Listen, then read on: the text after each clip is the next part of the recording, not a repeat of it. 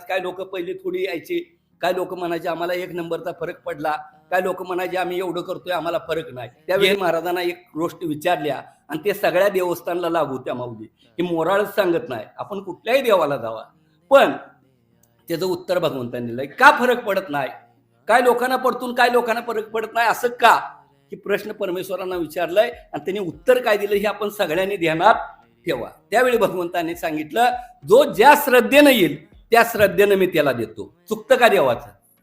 आपण काय करतोय, घरातनं निघताना मागायचं देवाला अमकं अमकं अमकं अमकं मागायचं सगळं पीठ, आणि तिथं गेलं की गर्दी बघून काय आपण एकच आहे देव द्यायला, चला जाऊया म्हणता का नाही?